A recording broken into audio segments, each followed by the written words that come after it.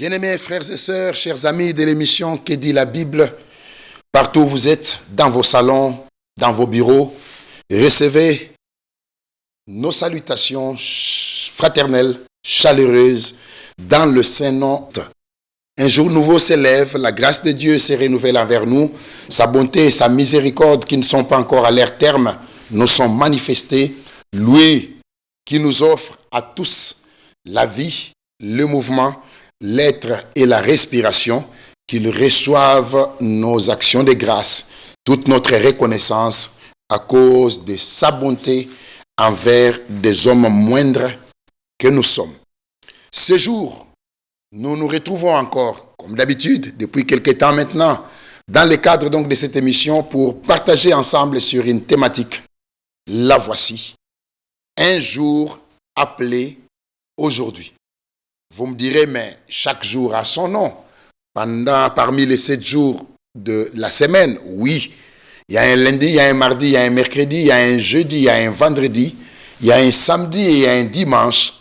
Mais il y a un autre jour qui n'est pas nommé parmi ces 7, un jour appelé aujourd'hui.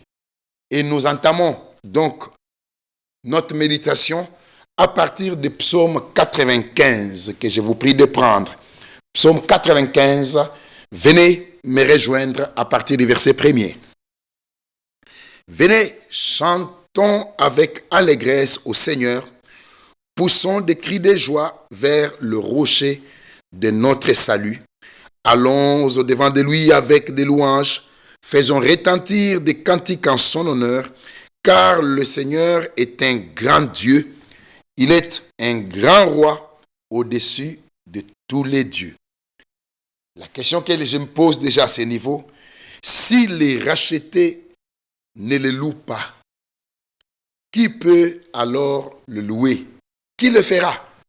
Car ceux qui peuvent le louer, c'est réellement ceux qui l'ont expérimenté, ceux qui ont bénéficié de l'œuvre, du résultat de l'œuvre accomplie sur le bois du calvaire à Golgotha, c'est eux qui peuvent réellement le louer.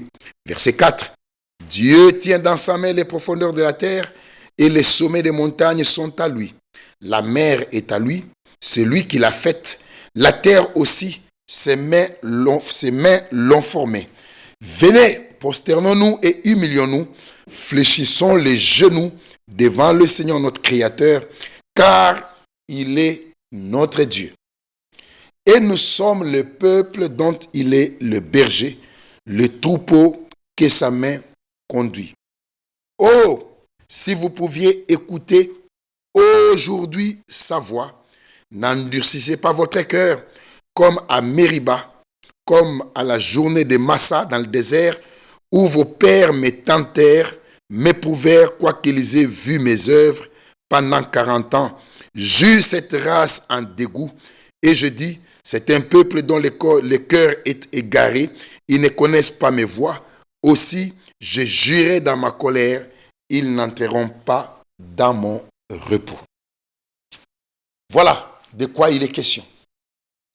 Si vous vous référez à Massa, si vous vous référez à Mériba, vous allez vous rendre compte que les enfants d'Israël sont allés jusqu'à douter des capacités de Dieu. Et le Seigneur n'a pas aimé ça. C'est comme ça qu'il est dit, comme on l'a lu plus haut. Oh, si vous pouviez écouter aujourd'hui sa voix. Nous épinglons aujourd'hui. Un jour appelé aujourd'hui. Si vous pouviez écouter aujourd'hui sa voix. L'apôtre Paul prend la même pensée dans Hébreux au chapitre 3 déjà. Dans l'épître aux Hébreux au chapitre 3, verset 7. C'est pourquoi, selon ce que dit le Saint-Esprit, aujourd'hui, si vous entendez sa voix, n'endurcissez pas vos cœurs comme lors de la révolte. Vous avez vu ça? Paul épingle aujourd'hui. Aujourd'hui, si vous entendez sa voix, le problème c'est d'entendre sa voix en votre jour à vous, dans votre aujourd'hui, dans notre aujourd'hui. Aujourd'hui n'est ni un lundi ni un dimanche, c'est le jour où Dieu se manifeste à quelqu'un, le jour où Dieu s'adresse à quelqu'un, le jour où Dieu sollicite le cœur de quelqu'un, c'est là son aujourd'hui. C'est là que le Seigneur peut dire, aujourd'hui, si vous entendez sa voix, n'endurcissez pas vos cœurs, comme au jour de la tentation dans le désert, où vos pères me tentèrent pour m'éprouver. Ils doutèrent de mes capacités. Ils virent mes œuvres. Cependant, ils virent mes œuvres pendant 40 ans. Aussi, je fus irrité contre cette génération et j'ai dit, ils ont toujours un cœur qui s'égare. Ils n'ont pas connu mes voies. Je jurai dans ma colère. Ils n'entreront pas dans mon repos. Vous voyez la sanction qui est tombée. À cause de leur incrédulité, qui a engendré une désobéissance, gardez la pensée, nous allons y rentrer, y retourner. À cause de leur incrédulité qui a engendré la désobéissance, Yahvé leur Dieu a pris la décision suivante. Ils n'entreront pas dans leur repos, dans son repos, car ils n'ont pas reconnu leur aujourd'hui. Au jour où le Seigneur s'est adressé à eux, au jour où le Seigneur leur a fait entendre sa voix, ils ont endurci leur cœur. Ainsi, l'exhortation vient au verset 12. Prenez garde, frères, que quelqu'un de vous n'ait un cœur mauvais et incrédule au point de se détourner du Dieu vivant. Que quelqu'un n'ait un cœur mauvais et incrédule au point de se détourner du Dieu vivant. Mais exhortez-vous les uns les autres, chaque jour, aussi longtemps qu'on peut dire aujourd'hui, afin qu'aucun de vous ne s'endurcisse par la séduction du péché. Car nous sommes devenus participants de Christ, pourvu que nous retenions fermement jusqu'à la fin l'assurance que nous avions au commencement, pendant qu'il est dit, aujourd'hui, il insiste encore pour la 3e fois, aujourd'hui, si vous entendez sa voix, n'endurcissez pas vos cœurs comme lors de la révolte. Alléluia. Aussi longtemps qu'on peut dire aujourd'hui, aussi longtemps. Ça ne sera pas éternel, ça ne sera pas perpétuel. Il y aura un temps où on ne dira plus aujourd'hui. Mais aussi longtemps qu'on peut dire aujourd'hui, aussi longtemps qu'on peut dire aujourd'hui, que personne ne s'endurcisse par la séduction du péché. Alors la question est posée au verset 16. Qui firent en effet ceux qui se révoltèrent après avoir entendu sa voix, sinon tous ceux qui étaient sortis d'Égypte sous la conduite de Moïse. Et contre qui Dieu fut-il irrité pendant 40 ans, sinon contre ceux qui péchèrent et dont les cadavres tombèrent dans le désert. Et à qui jura-t-il qu'ils n'entreront pas dans son repos, sinon à ceux qui avaient désobéi. On s'arrête encore là. Yahvé leur Dieu les a visités en Égypte.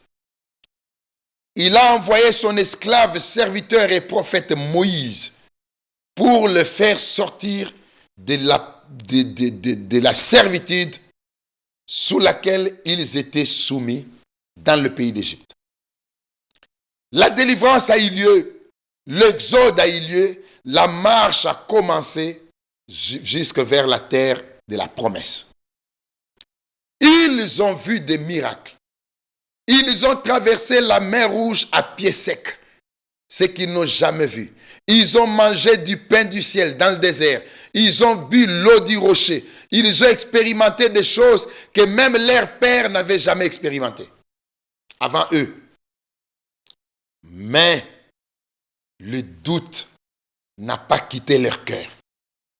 Car le problème n'était pas de sortir, mais le problème c'était de sortir et d'entrer. Sortir de l'Égypte et entrer dans la terre de la promesse. Même si quelqu'un n'entre pas, la marche est vaine. Même si elle a duré 40 ans. Sortir sans entrer, la marche est vaine. C'est comme ça, bien-aimés frères et sœurs, à cause de l'incrédulité dans les cœurs, à cause de la désobéissance. Ce verset 18 est très important. À qui jura-t-il qu'ils n'entreront pas dans son repos, sinon à ceux qui avaient désobéi? Frères bien-aimés, Cette réalité est dans 1 Corinthiens aussi. Gardez les doigts dans les Hébreux. Dans 1 Corinthiens chapitre 10. 1 Corinthiens chapitre 10. Verset 1er. Frères, je ne veux pas que vous ignoriez que nos pères ont tous été sous la nuée, qu'ils ont tous passé au travers de la mer, qu'ils ont tous été baptisés en Moïse dans la nuée et dans la mer, qu'ils ont tous mangé le même aliment spirituel, qu'ils ont tous bu le même breuvage spirituel, car ils buvaient à un rocher spirituel qui les suivait, et ce rocher était Christ. Un très beau tableau. Frère, cette description est merveilleuse. Elle est réellement merveilleuse. Le verset 5, le mais qui est au verset 5 vient casser ce beau tableau. Mais la plupart d'entre eux ne furent point agréables à Dieu puisqu'ils périrent dans le désert. Comment être agréable à Dieu? Hébreux chapitre 11. Hébreux chapitre 11, verset 6. Or, sans la foi, il est impossible de lui être agréable, car il faut que celui qui s'approche de Dieu croit que Dieu existe et qu'il rémunère ceux qui le cherchent. Malheureusement, ceux de qui il est question dans Hébreux 3, ceux de qui il est question dans Hébreux 4, ceux de qui il était question dans 1 Corinthiens 10, n'ont pas eu la foi dans leur cœur. L'incrédulité s'est installée et la désobéissance s'est attachée à cette incrédulité. La désobéissance a été engendrée par l'incrédulité et l'Écriture dit qu'ils ont péri, qu'ils n'ont pas, à qui jura-t-il qu'ils n'entreraient pas dans son repos, sinon à ceux qui avaient désobéi. Aussi voyons-nous qu'ils ne purent y entrer à cause, pas de leurs offrandes, pas de leurs dîmes, pas de leur relation avec les pasteurs. Ils ne purent y entrer à cause, pas des faits qu'ils ont contribué à la construction de l'église, à l'achat de la parcelle de l'église. Non, non, non, non. Ils ne purent y entrer à cause de leur incrédulité. Voilà pourquoi l'exhortation du verset 12 est importante. Prenez garde, frères, que quelqu'un de vous n'ait un cœur mauvais et incrédule au point de se détourner du Dieu vivant.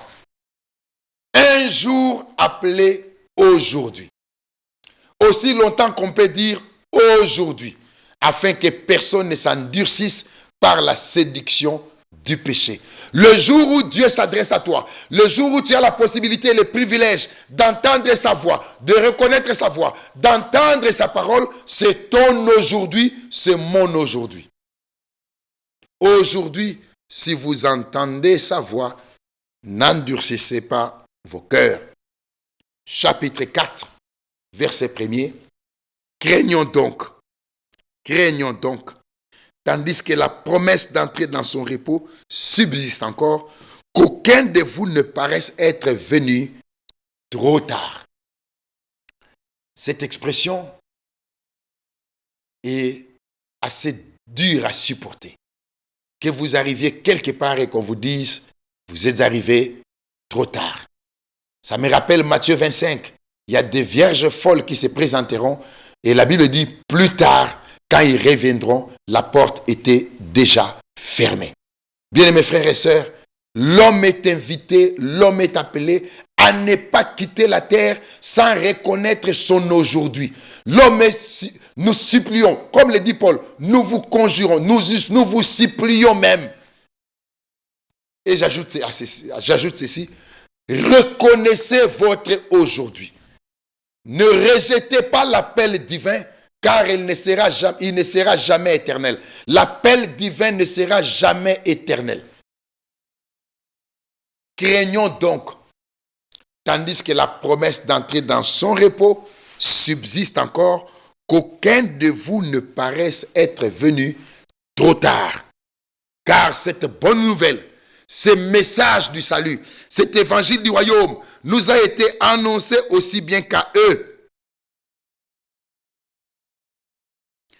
Mais la parole qui leur fut annoncée ne leur servit de rien parce qu'elle ne trouva pas de la foi chez ceux qui l'entendirent. Frères,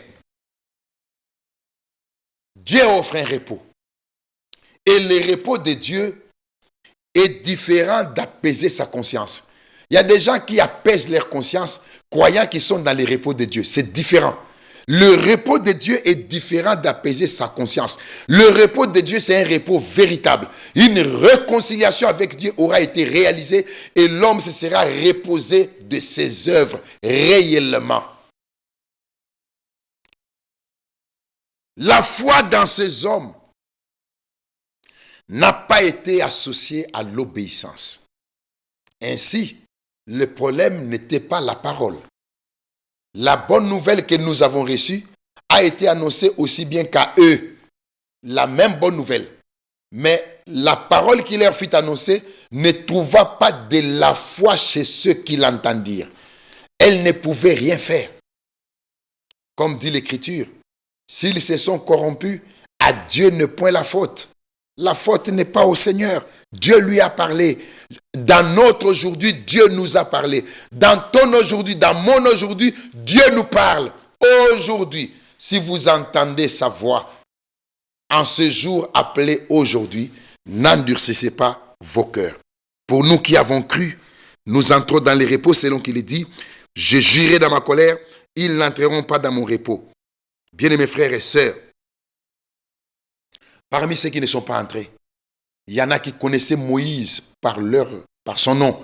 Il y en a que Moïse connaissait par leur nom. Il y en a qui ont grandi avec Moïse. Il y en a qui avaient des relations particulières avec Moïse. Il y en a qui ont contribué à la construction du tabernacle dans le désert. Il y en a qui ont fait des ustensiles. Mais la foi dans le cœur n'a pas été trouvée. Et de tous ceux qui sont sortis du pays d'Égypte, il n'y a que Josué et Caleb qui sont entrés. Tous les autres sont nés dans le désert. Ça interpelle. Le nombre d'années que tu as fait à l'église ne suffit pas. Il faut naître dans le royaume, se réconcilier avec Dieu, reconnaître la visitation en ton temps, recevoir la parole dans ton aujourd'hui. Recevoir la parole dans ton aujourd'hui. Car, verset 6-4, il a parlé quelque part ainsi du 7e jour, et Dieu se reposa de toutes ses œuvres le 7e jour. Et ici encore, ils n'entreront pas dans mon repos. Et le Seigneur associe le repos au 7e jour. Et il dit, or, puisqu'il est réservé à quelques-uns d'y entrer, et que ceux à qui d'abord la promesse a été faite n'y sont pas entrés à cause de leur incrédulité. Est-ce que vous voyez ça? À cause de leur incrédulité. Verset 18 du chapitre 3, il avait été dit, à qui jura-t-il qu'ils n'entreront pas dans son repos, sinon à ceux qui avaient désobéi. Ici, on ajoute en disant, puisqu'il est encore réservé à quelques-uns d'y entrer, verset 6 du chapitre 4, et que ceux à qui d'abord la promesse a été faite n'y sont pas entrés à cause de leur désobéissance. Dieu fixe de nouveau un jour, appelé aujourd'hui, en disant dans David, bien longtemps après, comme il est dit plus haut, aujourd'hui, si vous entendez sa voix, n'endurcissez pas vos cœurs. Car si Josué leur avait donné le repos, Dieu ne parlerait pas après cela d'un autre jour. Il y a donc un repos de sabbat réservé au peuple de Dieu, car celui qui entre dans le repos de Dieu se repose de ses œuvres, comme Dieu s'est reposé de siennes. Et voici une autre exhortation. Empressons-nous. Empressons-nous. Ne cherchons pas à tranquilliser nos consciences. J'y vais à l'église, je connais le pasteur, il me connaît, j'ai fait 20 ans, Ne tranquillisez pas votre conscience, ne tranquillisons pas notre conscience. Prenons la décision, empressons-nous donc d'entrer dans les repos afin que personne ne tombe en donnant le même exemple de désobéissance.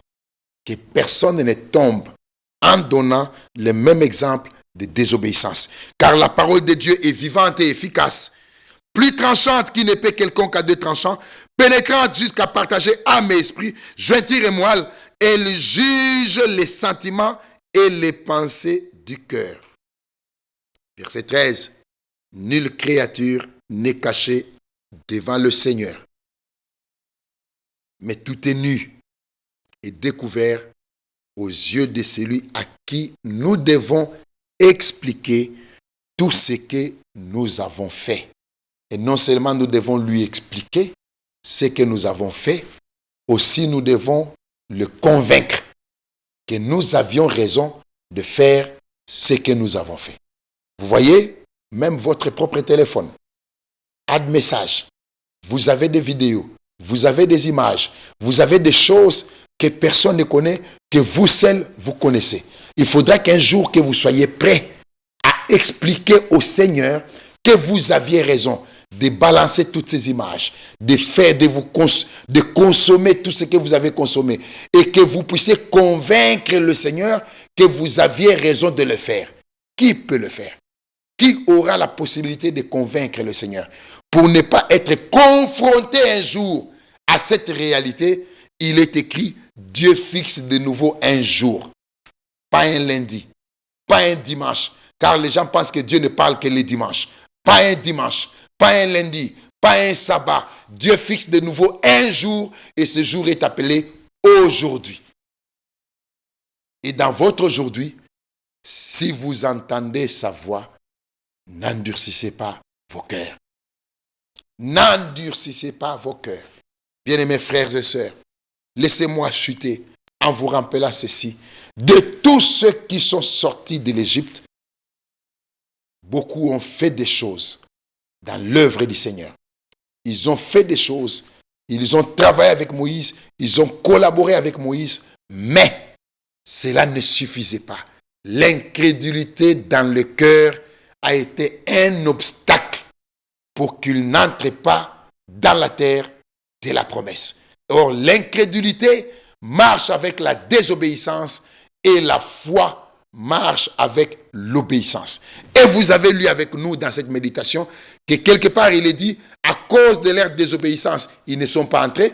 Quelque part il est dit, à cause de leur incrédulité, ils ne sont pas entrés, puisque les deux vont ensemble. Les deux vont ensemble. Alors terminons, frères. Remontons au chapitre 3, verset 12. Prenez garde, frères, que quelqu'un de vous n'ait un cœur mauvais et incrédule au point de se détourner du Dieu vivant. Alléluia. Prenez garde, frères.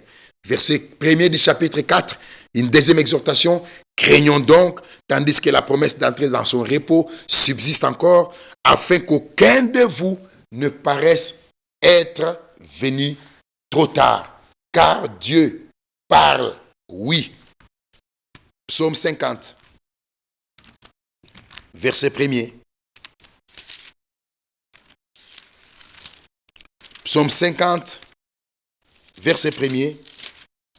Dieu le Seigneur parle et convoque la terre du soleil levant jusqu'au soleil couchant. Qui dira que Dieu n'a pas parlé aujourd'hui? Qui dira que Dieu ne parle pas? Dieu parle et il convoque la terre et l'Écriture dit du soleil levant au soleil couchant. Dans ton aujourd'hui, si tu comprends que Dieu parle et que Dieu t'a parlé aujourd'hui, n'endurcis pas ton cœur. Oui, Matthieu 24, verset 14. Dieu parle réellement. Cette bonne nouvelle du royaume sera prêchée dans le monde entier pour servir de témoignage à toutes les nations. Pas de témoignage pour les croyants. Les croyants ont déjà traversé. Ceux qui auront cru, ils vont traverser. Mais des témoignages pour tous ceux qui auront entendu cet évangile du royaume et qui ne l'auront jamais accepté dans leur cœur. C'est comme ça qu'il est dit que personne ne paraisse être venu trop tard. Que personne. Oui, Dieu parle. Hébreux chapitre 1er. Dieu parle. Aujourd'hui, Dieu parle. Hébreux chapitre 1er. Verset 1er. Après avoir autrefois, à plusieurs reprises et de plusieurs manières, parlé à nos pères par les prophètes, Dieu, dans ces derniers temps, nous a parlé par le Fils. Dieu nous a parlé. Dieu parle. Si vous entendez sa voix, n'endurcez pas votre cœur. Dans notre aujourd'hui, Dieu a fait un jour appelé aujourd'hui. Et c'est dans ton aujourd'hui, dans notre aujourd'hui, que nous devons recevoir la parole et nous réconcilier avec Dieu. Que sa grâce, sa bonté, sa miséricorde et même sa visitation nous soit accordée au nom de Jésus-Christ. Amen. Que la paix soit avec vous et avec vos foyers respectifs. Que Dieu bénisse vos travaux, vos projets et votre marche avec lui. Au nom de Jésus-Christ. Amen.